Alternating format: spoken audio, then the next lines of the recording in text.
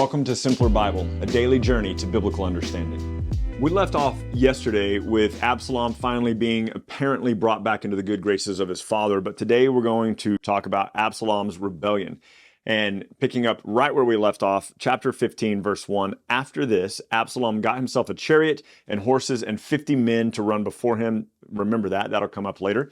And Absalom used to rise early and stand beside the way of the gate. When any man who had a dispute would come before the king for judgment, Absalom would call to him and say, "From what city are you?" And when he said, "Your servant is of such and such a city of a tribe in Israel," Absalom would say, "See, your claims are good and right, but there is no man designated by the king to hear you." And Absalom would say, "Oh, that I were the judge in the land. Then every man with a dispute or a cause might come to me, and I would give him justice." And whenever a man came near to pay homage to him, he would put his hand out, take hold of him, and kiss him.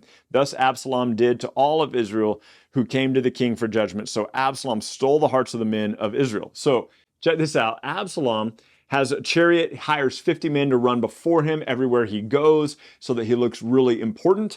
And then he stations himself outside the gate of kind of the city of the king. And he's like, "What are you here for?" And they're like, "Well, I need to talk to the king about something." And he goes, "Oh man, if only the king had appointed somebody to talk to you, but the king doesn't have anybody. If only I was the judge, you could talk to me and I would take care of you." And people would come up to him and go, "Oh man, you're so great." And he would lift them up and he'd kiss them. And he's showing them this attention. He's pretending like David doesn't have time for him. And you notice this in verse 6, it says, "So Absalom stole the hearts of the men of Israel." Now, he's still in it one heart at a time. But then the next verse says this, at the end of 4 years, Absalom said to the king, I will tell you, some of your translations will say at the end of 40 years. Some of them will say 4 years, but then have a footnote. It can't be at the end of 40 years. It can't be that Absalom did this for 40 years. There are two other possibilities, okay? One, at the end of 4 years is how some people render it. Some translators render it that Absalom did this for 4 years. The other possibility is that David is going to be a king for 40 years total. And so it could be that at the end of 40 years, like this is at the very end of David's reign. I think that this is at the end of David's 40 years of reign, but probably not the very last year, right? So this is close to that. But probably what this is meant to be is 4 years. The Hebrew numbers, a lot of these in the old, they dropped out. It's harder. It's missing in the text. So 40 years doesn't make sense because that's all that David's going to be king, probably 4 years. At the end of 4 years, Absalom said to the king, "Please let me go to pay my vow, which I have vowed to the Lord in Hebron. For your servant vowed a vow while I lived in Geshur." That was the 3 years he lived away from his father. "If the Lord will indeed bring me back to Jerusalem, then I will offer worship to the Lord." So Absalom, remember this, he lived away from his dad for 3 years, came back to Jerusalem and lived there for 2 years before he saw his dad. And now it's been another 4 years. He's been back in Jerusalem for 6 years. And he goes, "Hey, Dad, I just remembered when I was in Geshur, when I was fleeing from you, I made a vow to God that if he ever brings me back to Jerusalem, I would make an offering to him." Absalom's been there for 6 years. If he had wanted to make an offering to God, he could have. This is all part of his plan. He says, I made a promise that I would do that. So the king said to him, verse 9, "Go in peace." So he went to Hebron. But Absalom sent secret messengers throughout all the tribes of Israel, saying, "As soon as you hear the sound of the trumpet, say, Absalom is king in Hebron." So why Hebron?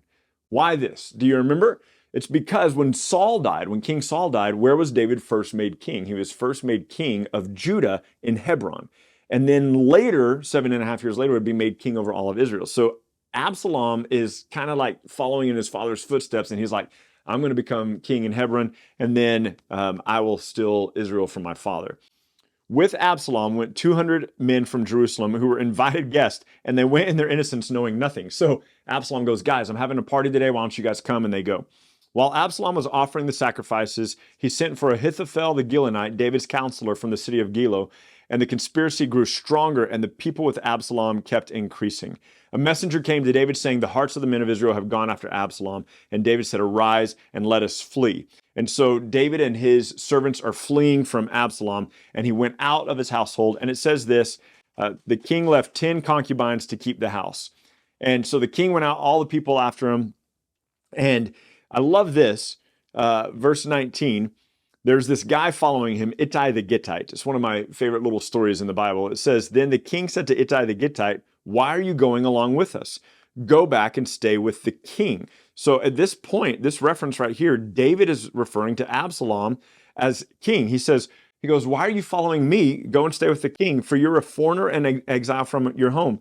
Ittai the Gittite, he says, you came only yesterday. Shall I today make you wander about with us, since I go where I know not? And go back and take your brothers with you, and may the Lord show you steadfast love and faithfulness to you. And so here's the situation. David and his men are fleeing. Ittai the Gittite is coming with David. David goes, look, dude, go back into Jerusalem, stay with the king, King Absalom. And he goes, you just got here yesterday. Why are you going to follow me? I don't even know where I'm going yet.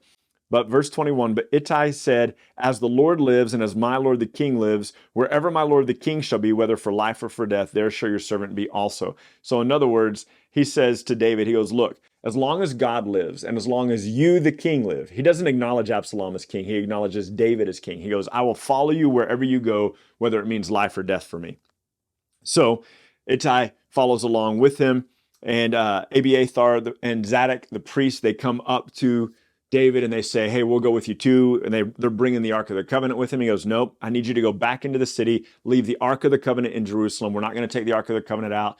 God will bring me back here, and God will make everything right. And he goes, otherwise, I need you, Zadok, to go back. I need you, Abiathar, to go back, and I need you to confound the counselors of Absalom and also report to me. Let me know what he's planning.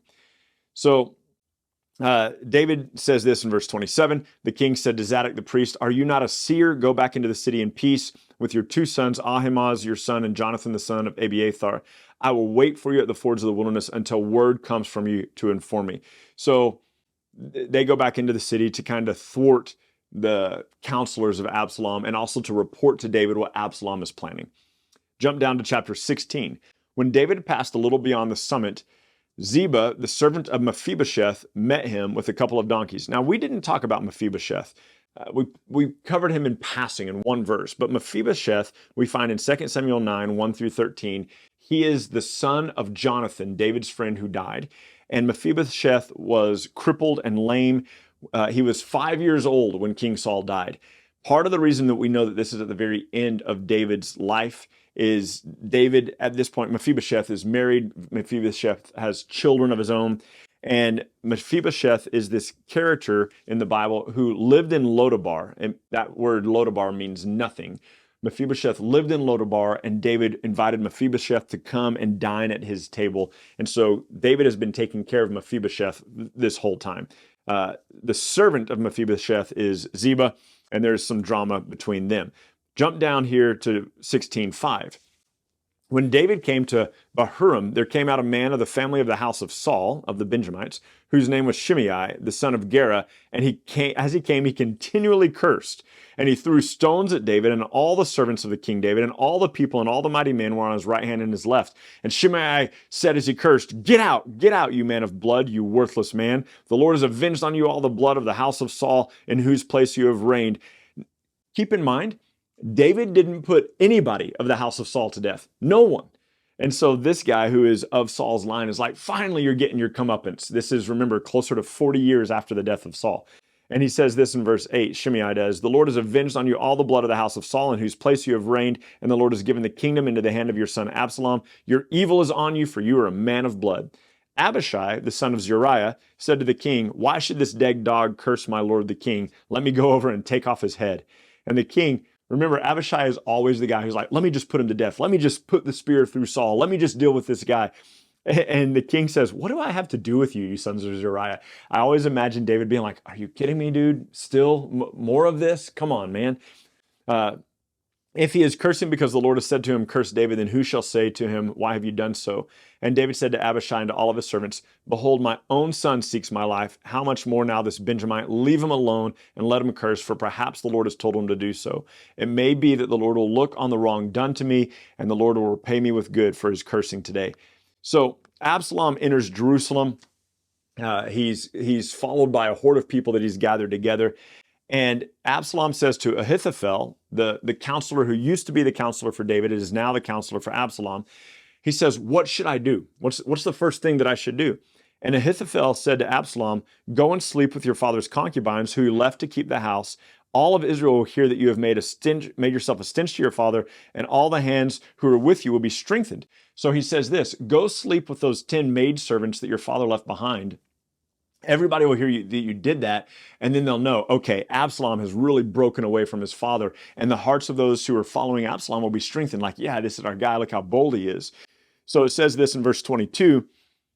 So they pitched a tent for Absalom on the roof, and he slept with his father's concubines in the sight of all of Israel. This is like a public display that he does. Now, you're wondering, what in the world is going on here? This was actually prophesied by God in 2 Samuel 12. Remember when David committed adultery with Bathsheba and then had her husband murdered? And the rebuke to David in 2 Samuel 12 was, you did this in private, but somebody else will take your wives and sleep with them in public. That's this right here. Verse 23 then says, now in those days, the counsel of Ahithophel, that Ahithophel gave was as if one consulted the word of the Lord. So it was esteemed both by David and Absalom. So Ahithophel then says, hey, look, I want you to chase your dad, take 12,000 men, chase your dad down, hunt him down like a dog tonight, kill your dad, and the whole war will be over. But remember that God left Hushai behind, or David left Hushai behind to kind of deal with this, to confuse the counsel of Absalom. And he goes, no, look, he goes, your dad is a man of warfare. Your dad is trained in war. If you go after him tonight, your dad is hidden in one cave or another. He will come upon you and he'll defeat you. This is good counsel. This is the counsel where he's trying to save David.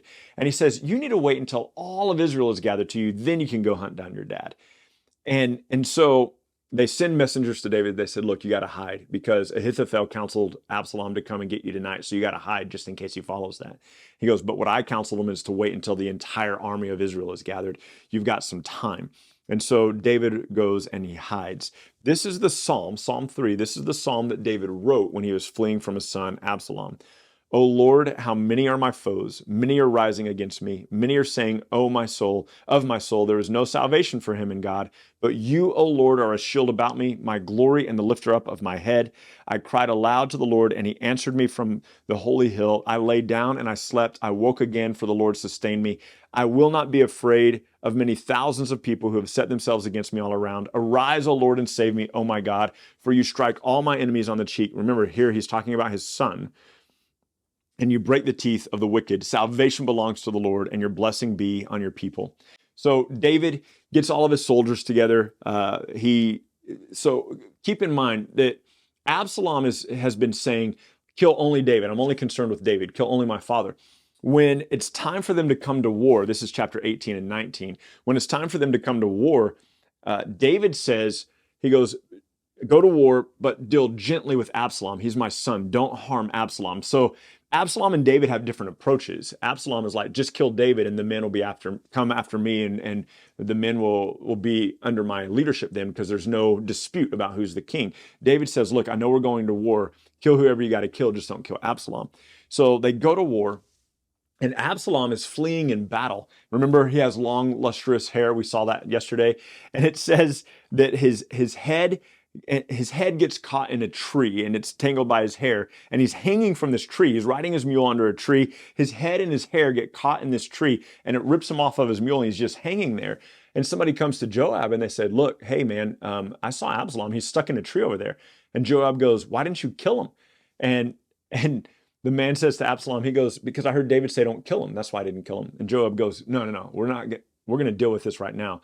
Joab takes 3 spears and pierces them into the heart of Absalom. And then the men take him down from the tree, and they basically hack him and beat him. He's dead, but they continue to desecrate his body, and they throw him into a pit. And then there's this guy, Ahimaaz, who says to Joab, let me run to the king. Let me tell the king what happened. And Joab goes, no, it's not for you to bring this kind of message to him. This is too hard of a message. So Joab sends a different guy, a runner, to bring a message to David to say, hey, look, your son's dead. The war's over. And Ahimaaz goes, look, let me at least go also. And so the one guy runs to David to bring him the message. And then Ahimaaz comes running, goes a different way, and is faster, outruns the other guy. And Ahimaaz gets to David, and he says, hey, he goes, I want you to know. Oh, and it's super funny. They say, hey, I see a man running on the hill, and his running is like the running of Ahimaaz. And this has always made me laugh, that from a distance, no telescope, no binoculars, from a distance, you see Ahimaaz running on a hill, and his run is so distinct, you're like, yep, that's the running of Ahimaaz. And I just think, man, he must have run really strangely. It must have been a really weird run. Ahimaaz shows up and David goes, is it well with you? And he goes, it's well. God has given you victory over your enemies. And David goes, what about my son Absalom? And Ahimaaz lies. And he goes, there was a great tumult next to where I was. I don't know what happened though. Lie, right? Just totally lies. Doesn't want to bring the bad news. And then the other guy comes up and David says, what happened to my son? And he goes, I hope all of the king's enemies will be like that young man. And so David grieves that his son Absalom is dead and weeps over it. Joab in chapter 19 rebukes him and he says, you would have rather all of us died today than your son. And he goes, and if you don't go out and speak to your people right now and thank them for their service to you, you won't have a single man who follows you tomorrow. And so David goes out and he thanks the men for their service, and David will return to Jerusalem in triumph, but also broken. And so it's just interesting that like David's sons are such a thorn in his flesh, right? Such a thorn in his side. And it kind of speaks to David a little bit, because the pattern that we see is that David never rebukes his sons for their sin. And I have always wondered, I don't know if this is the case or not, but I've always wondered if it's because David sees his own sin, sees his own failure. But David, not a great dad, and his sons, not great people so far. And unfortunately, that'll continue to be the case. But join me tomorrow. Tomorrow we'll be in 2 Samuel 21 and 22, and also in Psalm 18. Thank you so much for journeying with us today at Simpler Bible through another section of Scripture where we come to know and understand God a little bit better.